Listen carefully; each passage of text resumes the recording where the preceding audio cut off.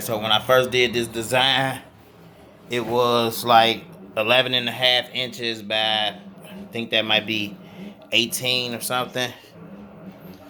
Of course, it was in the box style of design. And then I took it out of the box, made it bigger for an all over print for the front of a shirt. This size shirt is an extra large, so you can just imagine how huge it is. Okay? Same size on the back of this jacket here.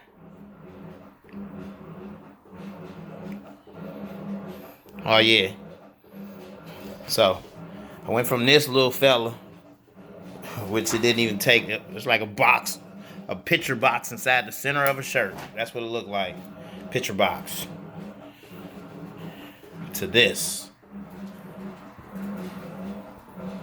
Go ahead and smash that like button if you like it.